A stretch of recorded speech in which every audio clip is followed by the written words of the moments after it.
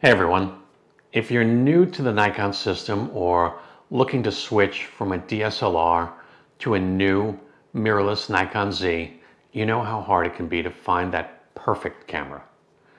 In today's video, we're counting down the best Nikon Z cameras of 2025 for enthusiast hybrid shooters. Basically, 3 mirrorless cameras that will nail your stills and make your videos look pro. We've got 3 options lined up based on your budget: a budget-friendly pick, a mid-range workhorse, and a high-end beast. So whether your wallet is feeling light or you've been saving up for that dream camera, I've got you covered. Hi, I'm Joe from Shutter Speak Photography. It is very nice to see your smiling face again here on YouTube. Let's explore some of the best cameras Nikon currently has to offer. First, a quick note. A little about me. I've photographed professional sports, specifically the NHL, major New York City concerts and pop culture events. I've also shot weddings, portraits, headshots, and real estate. I am a full-time working photographer with tons of hands-on experience, so my recommendations come from experience. All these cameras are part of Nikon Z's mirrorless lineup with full-frame sensors for that yummy shallow depth of field and low light performance, and the latest Z mount for lenses. These are enthusiast level picks, powerful, but not all outrageously priced. I'll cover key specs, the big pros and cons, and why each is great for hybrid photo and video use, and roughly how much it'll cost you in 2025. Don't worry, there's no sales pitch. I'm not sponsored by Nikon, just info like I was talking with a friend. All right, let's kick things off with our budget option. Meet the Nikon Z5 II, Nikon's newest entry-level full-frame Z camera that punches way above its weight. The Z5 II was just introduced in 2025, bringing a ton of flagship tech down to the budget end of the lineup. Don't let this budget tag fool you. This camera is seriously capable. It actually outperforms the older mid-range Z6 II in many ways, even though they share the same 24 megapixel sensor. If you want full frame Nikon quality for both stills and video without spending a fortune, the Z5 II is a compelling choice. Spec-wise, you get a 24.5 megapixel full-frame BSI CMOS sensor with 5-axis in-body stabilization rated up to 7.5 stops. That's fantastic for handheld shooting. You also get up to 14 frames per second in burst shooting and even pre-roll capture to grab moments before you fully press the shutter. Video goes up to 4K 60p, though with a slight crop, and 1080p up to 120 frames progressive for buttery slow motion. And yes, there's 10-bit recording and even 12-bit RAW video in NRAW, up to 4K 30. For about $1,699 body only or $1,999 with a kit lens, you're getting pro-level tools at an entry-level price. Dual UHS-2 SD card slots, a fully articulating touchscreen, a sharp 3.69 million dot EVF, and weather sealing. No built-in flash, but a hot shoe for all your lighting needs. This thing punches way above its price tag. Pros, you're getting a lot of Z9 DNA on a budget. The same processor, a ton of autofocus smarts, including subject detection and 3D tracking, and image quality that's basically identical to more expensive models. You're even getting pixel shift high-res mode for 96 megapixel composites. That's bonkers. Cons, the 4K 60 crop is a bit of a bummer if you love wide angles. And the EVF runs at 60 Hz instead of the snappier 120 Hz some higher models have. And also, It doesn't have a top deck screen if that's your jam, but honestly, for the price, it's a hybrid dream come true for someone stepping up to full frame. All right, now suppose you've got a bit more budget and want something a little bit more robust. You're shooting more regularly, maybe even for clients.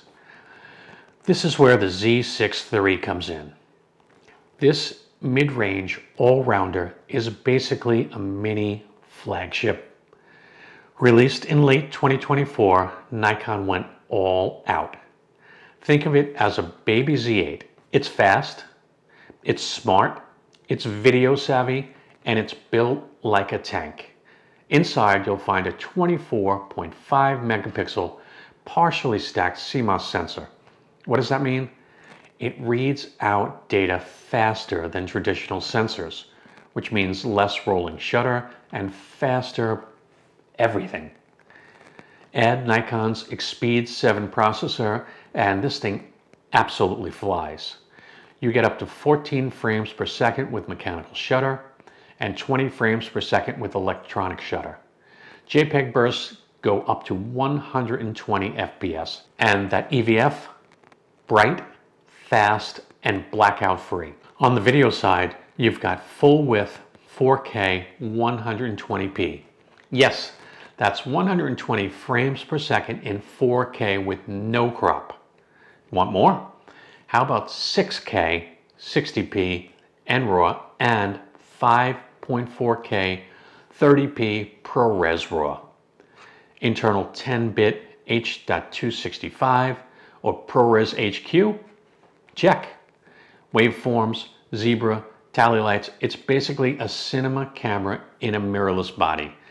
You even get 240 frames per second in full HD. Build-wise, the Z6 III gives you dual card slots, one CF Express Type B, one ST UHS-2, a full-size HDMI port, fully articulating LCD, weather sealing, illuminated buttons, and an updated grip. All that for around $2,499, often discounted closer to about $2,200. What are the pros? Insane hybrid capabilities. If you do weddings one weekend, wildlife the next, and YouTube videos in between, this camera can keep up. Autofocus is on a Z9 level. You've got 8 stops of IBIS, tons of custom options, and a body that balances well with almost any lens. Downsides? Well, the 24 megapixels may not thrill the resolution junkies, and you'll need fast CF Express cards for the top tier video modes. Also, those file sizes can be massive, so plan for some serious storage. But overall, the Z6 III is probably Nikon's most balanced cameras for enthusiast shooters. It's fast, flexible, and future-proof. Now, let's talk about top tier. If money is less of an object, or you just want the absolute best Nikon Z camera, short of the Z9, say hello to the Nikon Z8. The Z8 is basically a Z9 in a smaller, lighter body, and at $4,000. It's cheaper too.